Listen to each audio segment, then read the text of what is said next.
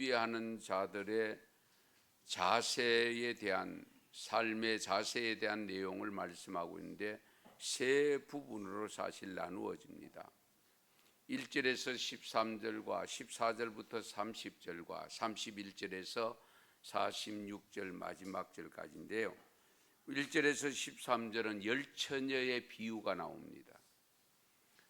이 열처녀 비유를 통해서 우리에게 가르쳐 주시는 말씀이 뭐냐면은 재림 때가, 예수님 재림 때가 언제 임할는지 모른다. 그러므로 항상 준비하고 있으라는 내용입니다. 언제 임할지 모르기 때문에 항상 준비하고 있으라. 그 다음에 두 번째 14절에서 30절 말씀은 달란트 비유입니다.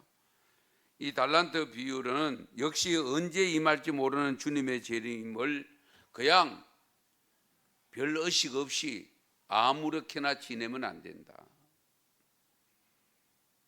분명히 본인에게 주어진 사명들을, 직분들을 철저하게 최선을 다해서 감당하면서 항상 적극적인 자세로 살아야 된다 하는 것을 가르쳐 줍니다. 네. 아이고, 주님 오실 때를 알면 얼마나 좋겠죠, 그렇죠? 조금 이렇게 허지부지 하다가도 오실 때 딱 임박해가지고 열심히 하면은 될 텐데, 시험 공부하듯이. 예. 그러나 언제 오실지 모르고 우리가 언제 부름 받을지 몰라요. 그러므로 우리는 정말 언제 부름을 받더라도 후회 없는 삶을 위해서 달란트, 정말 5달란트 받은 사람처럼 최선을 다해서 남기는 삶을 살아야 되겠죠. 그 다음에 세 번째가 오늘 본문입니다. 오늘 본문 말씀은 마지막 심판이 있다는 것을 깨우쳐 주는 내용이고, 그래서 영생 얻는 자와 영벌에 처하는 자, 영생 얻는 자는 오른편, 영벌에 처하는 사람은 왼편, 그리고 오른편에 가 있는 사람은 어떤 사람들이고 왼편에 가 있는 사람은 어떤 사람들인가 하는 것을 자세하게 설명해 주고 있습니다. 어려운 내용은 없습니다. 그런데 오른편에 있는 사람들이 어떤 사람인가 하면은 35절 36절에 보면 배고파 할 때에 먹을 것을 주고 목말라 할 때에 마실 것을 주고 옷이 없을 때에 입을 옷을 제공해 주고, 그리고 나그네가 길 가던 나그네가 찾아왔을 때에 방을 내어 드리고, 그리고 감옥에 갇힌 자들이 있을 때에 정말 함께 위로해 주고 찾아서 면회해 주고 그런 신방해 주라는 그런 내용. 그런 사람들이 오른편에. 예.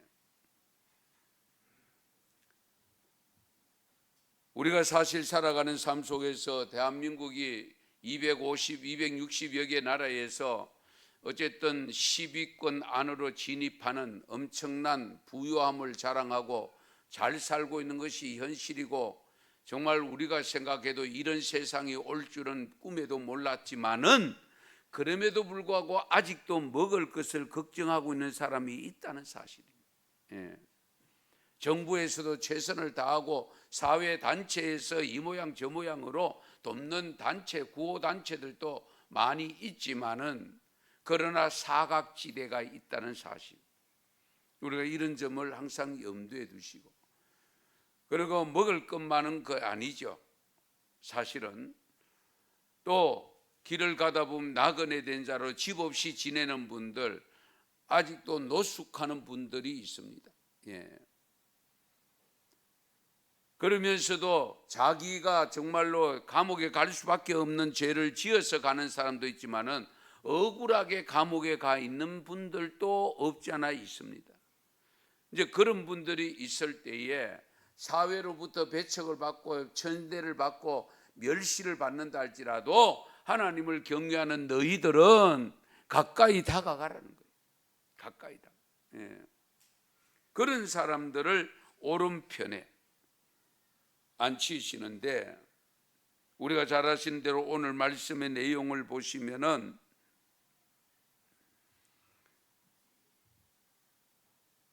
따지잖아요. 묻잖아요. 내가 굶주릴 때 먹을 것 줬고, 내가 목말랄 때 마실 것 줬다. 내가 입을 옷이 없을 때 옷을 줬다. 그리고 찾아와 주었다. 등등 말씀을 할 때요. 우리가 언제 그랬습니까? 했을 때 지극히 작은 자 하나에게 한 것이 곧 누구에게 했다고요? 내게 했다. 주님께 했다. 하나님께 했다.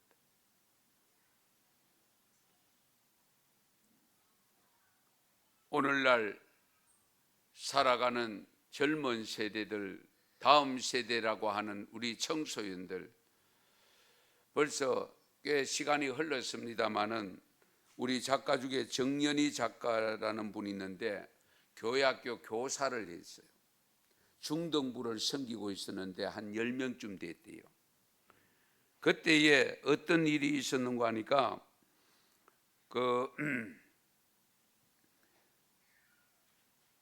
이디오피아 난민이 발생했다는 기사가 있고 하루에 1,000명씩 죽어가고 있다, 굶어 죽어가고 있다는 그 기사가 뜬 적인데, 그 내용을 이 정연희 작가가 교회학교 하면서 이 중등부 학생들에게 그 사실들을 이야기를 했답니다. 그래서 앞으로 반년 안에 1천만 명이 죽을지도 모른다 하는 이 엄청난 사실을 이야기를 했을 때에 한 여학생이, 중학교 1학년 여학생이 인구가 너무 많아서 문제라는데 뭐 하나라도 많이 죽으면 좋지 뭐. 그 자리에서 그렇게 이야기했대요. 예. 그러니까 이 정연희 작가 선생이 너무도 기가 차서 아이들을 물끄러미 쳐다보면서 그러면서 이제 생각을 정리해서 이렇게 일러주었답니다. 그들이 많이 죽어서 이득을 보는 것은 살아남은 우리들이야. 그렇다면 곧 우리도 누군가를 위해서 죽어야 돼. 그 죽음이 너에게 가장 먼저 올 수도 있어.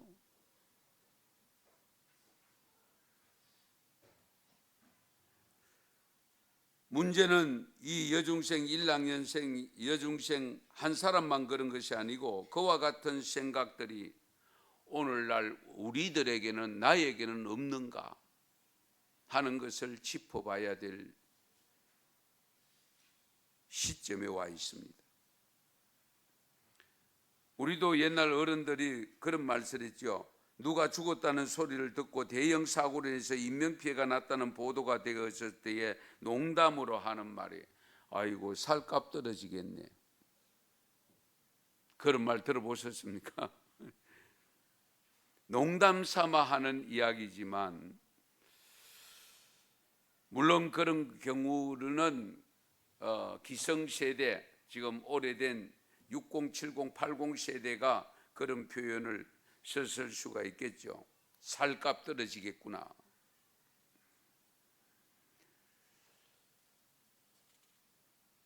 오늘이 우리 교단이 지키는 사회봉사주일입니다. 우리가 봉사해야 될 분야가 없는 것 같아도 의외로 많습니다. 우리가 할 수 있는 일들을 찾아내어서 하는 것이 마땅합니다. 돈이 없어도 할 수 있는 분야가 있고 재능이 없어도 할 수 있는 봉사가 있습니다. 그 봉사 중에 가장 좋은 봉사, 누구든지 할 수 있는 봉사, 무슨 봉사인지 아세요? 중보기도입니다. 중보기도는 달란트가 없어도 됩니다. 물질 없어도 됩니다. 예. 시간 없다고 하지만, 바쁘다고 하지만 얼마든지 잠 좀 줄이면 할 수 있습니다. 예. 얼마든지 시간 낼 수 있습니다. 요즘 같으면 휴대폰 보는 시간, 여러분 시간하고 기도하는 시간하고 잘 비교해 보세요. 어느 시간이 많은지.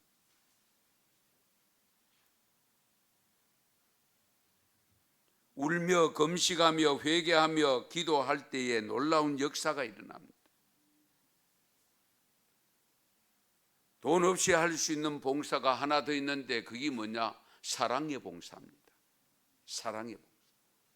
물론 그 사랑이 궁극적으로 실천되어지는 데는 또 물질이 필요하고 여러 가지 필요한 요소들이 있지만은 우선은 사랑하는 마음을 가져야 되잖아요.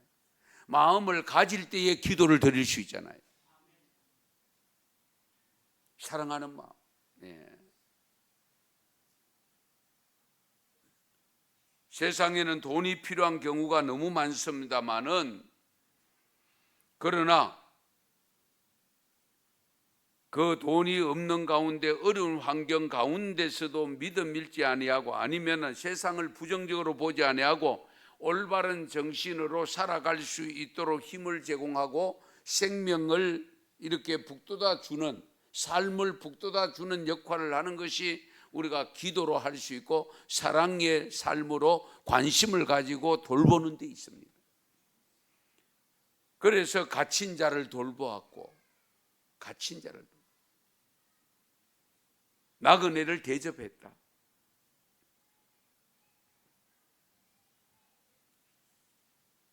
우리가 가만히 생각해 보면 오늘 이렇게 예배를 드릴 수 있는 것도 감사한 일이지만은 제가 늘 강조합니다.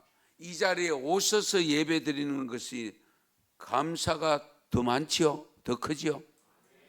왜? 오시고 싶어도 오시지 못한 분도 있잖아요. 지금도 있잖아요. 앞자리에 안 계시잖아요. 아파서 못 오십니다. 예.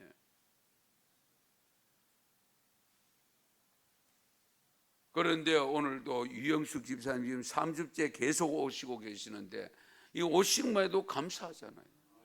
예. 오셔서 예배 드리시는. 예. 그래서 하나님께서 생명을 주셔서 부모님을 통해서 이 땅에 태어나게 하시고 좋은 부모님 만나고 좋은 스승 만나고 좋은 사람들 만나고 이 한반도 땅에 태어나게 하셔서 이 교회가 많은 곳에 자라게 하시고 그 복음을 듣고 구원받게 하신 거 감사하시기 바랍니다. 이건 여러분 보통 감사가 아니에요. 예.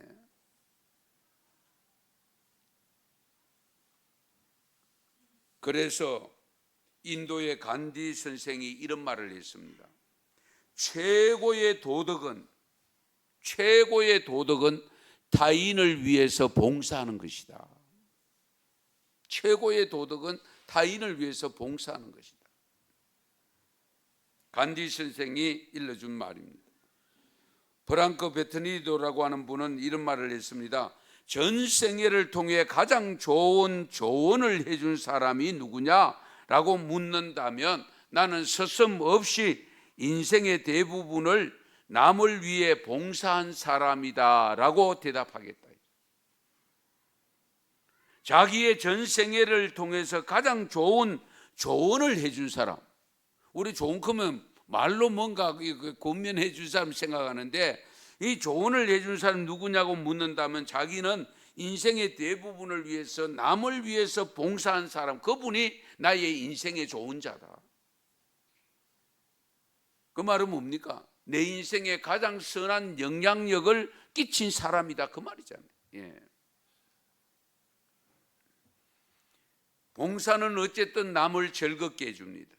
남을 즐겁게. 그러나 그것이 곧 자신을 즐겁게 하는 것임을 믿으시기 바랍니다. 남을 즐겁게 했을 때에 내게 즐거움이 온다. 타인에게 봉사하는 건 무엇인가를 충족시켜 주는 것인데 그 부족한 것을 채워줄 때에 내가 부족할 때도 채움을 받게 된다는 사실.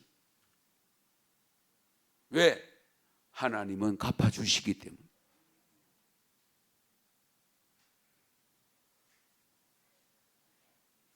그러므로 우리는 수고를 지원하고 어쨌든 어려운 일을 호련히 맡은 사람, 끝까지 변치 않고 봉사하는 그런 사람이 존경을 받고 사랑을 받습니다.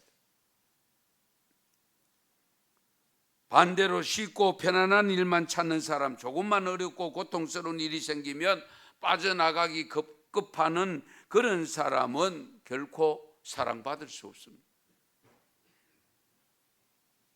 그래서 갈라디아서 6장 2절에 보면 너희가 짐을 서로 지라 그리하면 그리스도의 법을 성취하리라. 그리스도의 법을 성취하라. 어떻게? 너희가 짐을 서로 지면 남의 짐을 내가 져줄 때에 그리스도의 법을 성취한다. 그리스도의 법이 뭡니까? 사랑이잖아요. 사랑의 법이잖아요. 결국 짐을 져주는 그 짐이 뭡니까? 십자가입니다. 그렇잖아요. 남의 짐을 지는 것, 남의 짐 아니라도 뭐 가족끼리라도 내가 짐이 된다고 싶으면 십자가라고 표현하잖아요. 내가 내 십자가 지고 간다. 힘들어도 지고 간다. 그런 표현 안 합니까? 예. 짐은 십자가입니다. 십자가를 지고 가는 그것이 사랑입니다. 그래서 그리스도의 법을 성취하는 것이다. 하나님의 법을 성취하는 것이다. 여러분 곁에 혹여나 고통을 겪고 계시는 분이 있는지요? 가정에서나 이웃에서나 아니면 교회에서, 직장에서, 사회에서 이 같은 문제와 고통을 겪고 있는 이웃이 있다면 할 수 있는 한 기도는 가장 기본입니다. 예. 관심을 가지고 기도부터 하시고 그러면서도 시간을 내어서 찾아가 주는 게 다른 말 필요치 않잖아요. 찾아만 줘도 감사하잖아요. 예. 만나만 줘도 감사하죠. 예.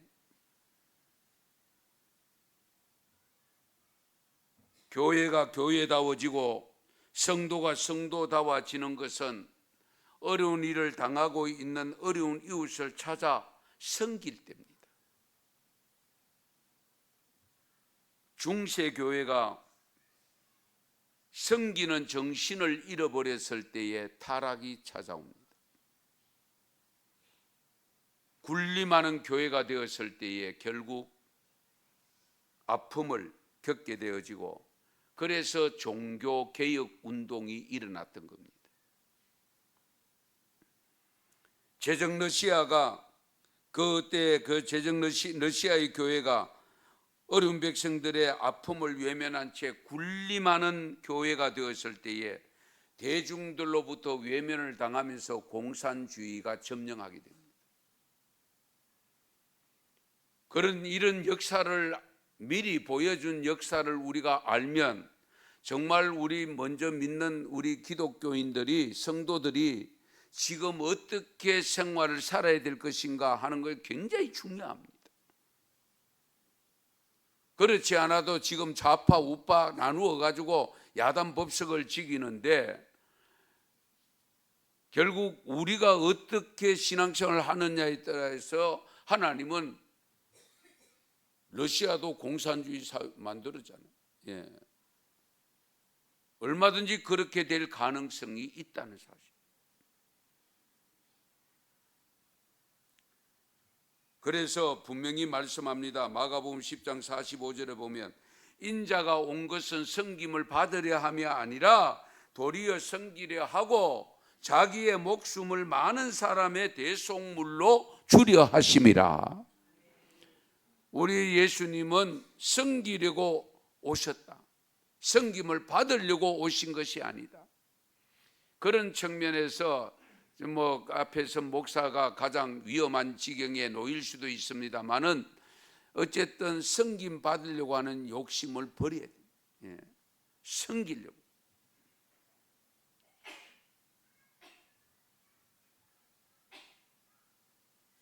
우리 예수님이 이 땅에 오신 것은 온 인류를 위해서 오셨지만은 여러분 개인적 신앙적 차원에서는 나를 위해서 오셨잖아요. 나를 위해서 오셨죠. 예. 그 고백이 분명히 되어져야 돼요. 나를 위해서 오셨어요.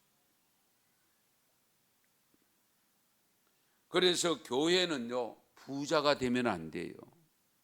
교회는 가난해야 됩니다. 예. 하나님이 가난하게 만들기 전에 우리 스스로가 가난해지면 오히려 하나님이 부유하게 만들어 주십니다. 그러나 하나님이 주신 것 가지고 우리가 부유함을 누리려고 하다 보면 하나님이 가난하게 만들어 버릴 수도 있다는 거예요.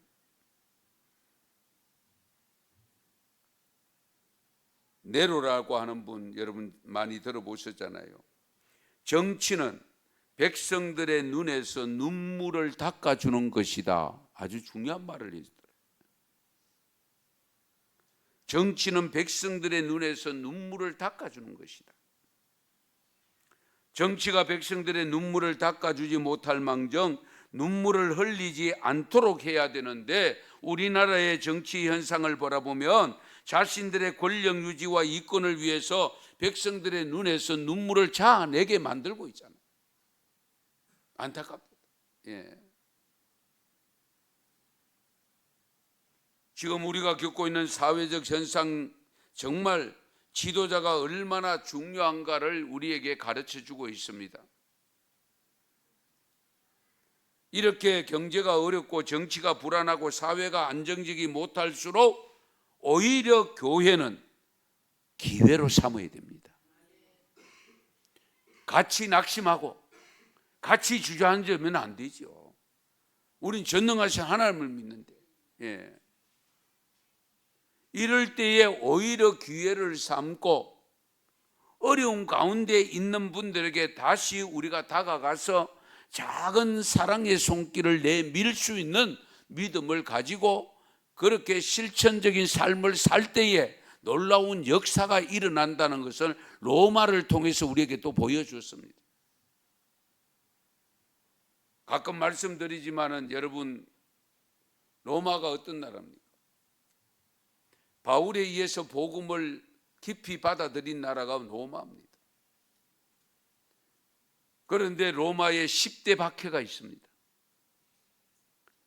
10명의 황제들 시대에 박해를 했으니까 200년에서 300년 가까이 박해를 받았습니다. 그런데 중요한 것은 AD 313년에 기독교가 어떻게 되죠? 공인을 받잖아요. 이해가 됩니까? 그렇게 엄청난 박해를 받았는데 어떻게 313년에 기독교가 국교로 공인이 됩니까? 그 역사가들이 기록해 놓은 것을 짧게 제가 말씀드리면 그렇게 어려운 핍박을 받는데 백성들이 어려울 때마다 국가의 재난이 일어날 때마다 기독교인 책임이다. 그래가 기독교인들을 순교자로 만들고 원형 경기장에 집어넣고 온갖 행패를 다 부렸던 그런 가운데서도 기독교인들이 사랑의 실천을 했다는 사실입니다. 그래서 313년에 기독교가 공인이 됩니다. 그래서 뚜껑을 열고 보니까 심지어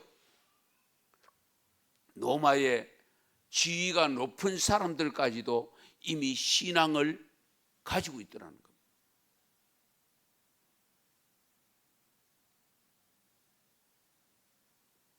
이런 측면에서 어쩌면 우리가 위기라고 하는 세상 사람들이 위기라고 하는 위기의식을 느낄 수밖에 없는 상황이 주어질 때에 우리는 항상 하나님이 주시는 기회로 삼는 믿음을 가져야 됩니다. 기회로 삼는. 오히려 하나님의 뜻을 드러내고 하나님의 사랑을 실천하고 정말 성도로서 교회로서 감당해야 될 부분을 감당할 수 있는 절호의 기회다 하는 것을 가지고 다가가면 그 위기가 소멸되었을 때에 나타나는 현상은 오늘의 한국 교회가 부흥할 때처럼 부흥하는 역사가 다시 일어날 줄로 믿습니다. 그런 역사를 일으키는데 필요한 것이 뭐냐? 우리가 봉사, 섬김의 삶이 되어야지 따라야 된다 하는 것을 가르쳐 줍니다. 우리가 살아보지만은 사실 쉽지 않은 것도 사실이잖아요. 정말 어렵습니다. 어떤 일이 있었냐면은 한 번은 프랑스 여류 철학자인데 시몬 드 보바르라고 하는 사람이 전하는 글에 의하면 어느 시골 마을에, 낙후된 마을에 마을 사람들이 한번 모여서 회의를 합니다. 우리 마을을 좀 더 번영하기 위해서 누군가가 희생을 해야 되지 않겠나. 우리가 연합해서 정말로 이서 좀 뭘 모으자. 그런 이견이 오고 가는 건데, 그러면 마차가 두 마차가 있는 사람은 한 마차를 동네를 위해서 희생하자. 아, 그거 참 좋은 일이다. 그러니까 마차만 있으면 되나? 말이 있어야 안 되나? 말이 두 마리 있는 사람 말도 희생하도록 하자. 그것도 찬성을 했어. 그럼 마차가 있고 말이 있으면은 뭐 물건을 갖다가 재놓고 뭐 이렇게 이제 저장을 해야 되는데 창고도 필요한데 창고도 2개 이상 있는 사람, 2개 있는 사람 하나 내놓도록 하자. 다 찬성했어요. 그걸 지켜보던 가난한 사람이 이랬으리만은 나는 마차도 없고 말도 없고 창고도 없는데 우리 집에 닭 2마리가 있는데 닭 1마리 내놓을게요. 죄송합니다. 그러나 닭 1마리는 내 전 재산의 절반입니다. 그렇게 내놓고 닭을 있는 사람도 이분처럼 닭을 내자고 하는데 그것은 부결되더래요.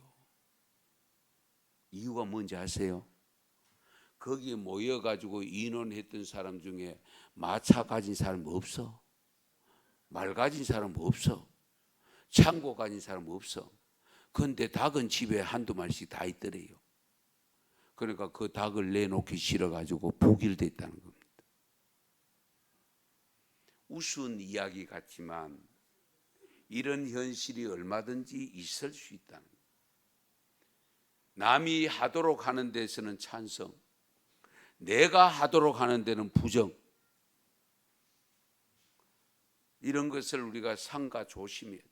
예.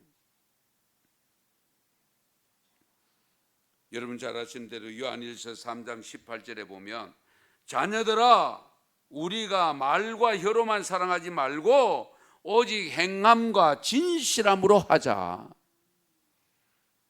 말로만 하지 말고 진실함으로 하자. 행함으로 하자. 오늘날 우리 사회에 필요한 부분 아닙니까? 야고보서 1장 27절에도 보면 하나님 아버지 앞에서 정결하고 더러움이 없는 경건은 곧 고아와 과부를 그 환난 중에 돌아보고 또 자기를 지켜 새 속에 물들지 아니하는 그것이니라. 아멘. 하나님 앞에 정결하고 더러움이 없는 경건의 삶이 어떤 삶이냐? 성경책 보고 기도만 한다고 경건이 아니고 참된 경건은 고아와 과부를 그 환난 중에 돌아보고 자기를 지켜 새 속에 물들지 아니하는 것이다. 삶이 따라줘야 된다 그 말입니다. 예. 우리 예수님은 이 땅에 오셔서 줄인 자를 먹이시고 병든 자 고쳐주신 거 우리가 다 알고 있고 죽은 자까지 살리시기도 했습니다. 외롭고 버림받은 자들을 찾아서 돌봐주시기도 했습니다. 그러나 우리가 궁핍할 때 나누는 것은 하나님이 더욱 기뻐하십니다. 그래서 옛날 우리 조상들은요, 그래도 나눔의 정신이 투철했습니다. 콩 한 쪽 가지고 몇 사람 나눠 먹었어요? 콩 한 쪽 가지고 12사람 나눠 먹었다 했잖아요. 예. 그런 정신이 있는 민족입니다. 예. 그래서 하나님의 복을 받은 거예요. 예. 고린도후서 8장 1절에서 5절에 보면 사도 바울이 마게도냐 교회의 성도들을 칭찬하는 내용이 뭐냐면은 많은 시련과 환난 가운데서도 저희들이 믿음이 넘치는 기쁨과 극한 가난 속에서도 저희로 풍성한 연보를 넘치도록 하게 했다. 예. 극한 가난 속입니다. 극한 가난 속에서도 풍성한 연보를 넘치게 하도록 해서 그것 가지고 어려운 지역에 있는 사람들을 도왔다는 거예요. 예.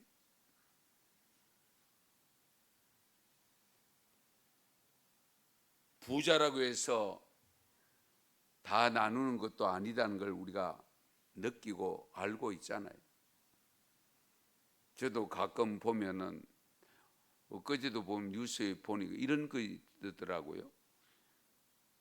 대기업의 회장이 연봉이 얼마냐? 저 깜짝 놀랐어요. 100몇십억짜리가 있대요. 연봉입니다, 연봉.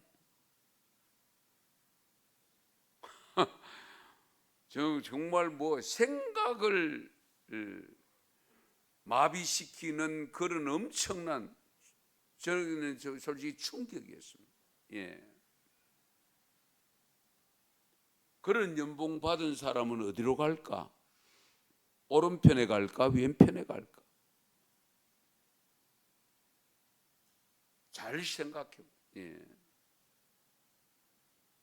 물론 우리 하나님을 경외하는 성도들의 삶을 통해서 우리가 오른편에 들어가는 삶을 살려고 살아가고 있습니다만은, 정말 우리가 하나님이 주신 건강, 하나님이 주신 물질, 하나님이 주신 달란트, 우리가 최선을 다해서 오른편에 들어가는 삶이 되도록 필요한 사람들과 나눌 수 있는 넉넉한 사랑의 마음을 가져야 되지 않겠어요?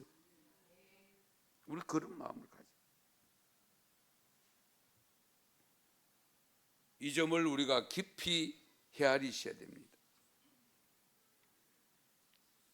여러분, 우리가 어려울 때 보면은 아껴서라는 말을 많이 합니다. 그 다음에 모아야 된다는 말씀도 많이 합니다. 그래서 지갑을 자주 열면 안 된다. 지갑을 잘 닫아야 된다. 잠궈야 된다. 여러분 잘 들으세요. 지갑을 닫았을 때에 안 나가는 것은 맞습니다. 그런데 들어오는 것도 안 들어옵니다. 못 들어옵니다. 그렇잖아요. 예. 내가 안 쓸 수 있는 것은, 안 쓰고 모으는 것은 한계가 있습니다. 그러나 그것을 가지고 썼을 때에 하나님이 부어주실 때는 우리의 생각을 초월하고 차고 넘치도록 채워주신다고 약속하신 분이잖아요. 할렐루야. 우리가 이 점을 분명해요. 그게 개인적인 삶에도 그렇고 교회도 마찬가지입니다. 예. 우리 언성교회가 처음 시작 때부터 제가 그래서 나누는 것을, 미자리 교회를 돕는 것을 10개 곱다가 지금 절반으로 줄여버렸습니다. 정말 마음이 너무 안타까운데, 예. 우리가 다른 것 쓰지 않더라도 정말로 도움이 필요한 분들에게 돕는 것을 우리가 지속적으로 하는 것이 맞지 않겠습니까?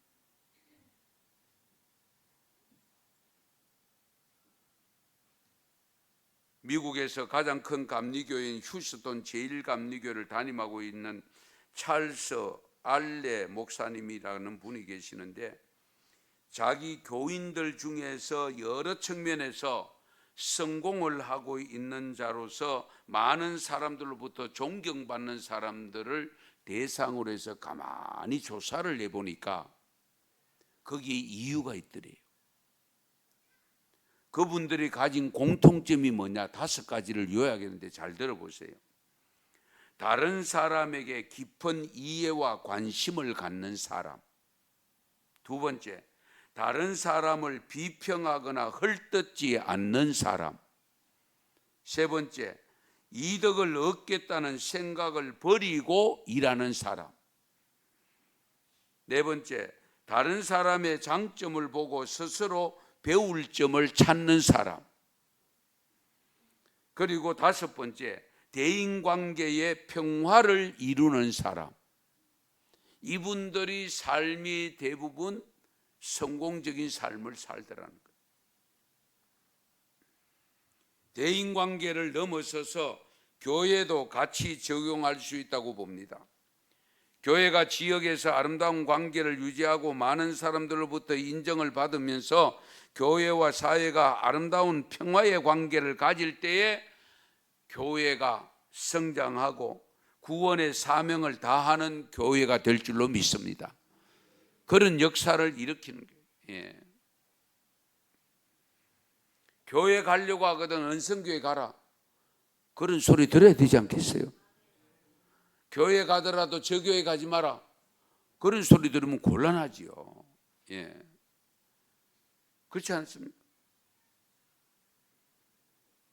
그렇다면 앞으로 우리 교회가 해야 할 봉사 분야는 어떤 분야일까? 오늘 주신 말씀에 해당되는 분야가 다 우리가 섬겨야 될 분야입니다. 그 섬겨야 될 분야지만은 그래도 가까이 다가와 있는 섬겨야 될 곳이 어딘가를 항상 찾아서 말씀해 주셔야 돼요. 예. 또 있을 때에는 과감하게 할 수 있는 여력을 가지고 있어야 되겠죠. 그러려고 하면은 우리 것을 안 쓰고 덜 쓰고 드릴 수 있는 것이 마음, 믿음을 가질 때 가능합니다. 섬김과 봉사의 손길에는 이 세상에서도 분명히 하나님이 복을 더하신다고 약속을 하는데요. 말씀을 읽겠습니다. 잠언 22장 9절 말씀입니다. 같이 읽겠습니다. 선한 눈을 가진 자는 복을 받으리니 이는 양식을 가난한 자에게 줌이니라. 아멘. 마태복음 19장 21절입니다. 같이 읽습니다. 예수께서 이르시되 내가 온전하고자 할진대 가서 내 소유를 팔아 가난한 자들에게 주라. 그리하면 하늘에서 보화가 네게 있으리라. 그리고 와서 나를 따르라 하시니. 아멘. 오늘 본문 40절에 보면요, 너희가 여기 내 형제 중에 지극히 작은 자 하나에게 한 것이 곧 내게 한 것이라. 그리고 45절 보시면 이 지극히 작은 자 하나에게 하지 아니한 것이 곧 내게 하지 아니한 것이니라. 그러면서 마지막 46절 같이 읽습니다. 46절입니다. 그들은 영벌에 의인들은 영생에 들어가리라 하시니라. 아멘. 은성교회 성도 여러분, 은성교회 성도들 중에는 영생에 들어가는 자리에 한 사람도 예외가 없기를 바랍니다. 한 사람도 탈락자가 없어야 돼요. 예. 오늘 주신 말씀을 다시 한번 기억하고 생각하시면서 정말로 실천자로서 살아가면서 정말 너는 오른편에, 은성교회 교우들은 전부 오른편에 가라는 주님의 음성을 듣는 교회가 되도록 하는데 저와 여러분이 모두가 최선을 다해서 말씀에 순종할 수 있기를 축원합니다. 축복합니다. 기도드리겠습니다.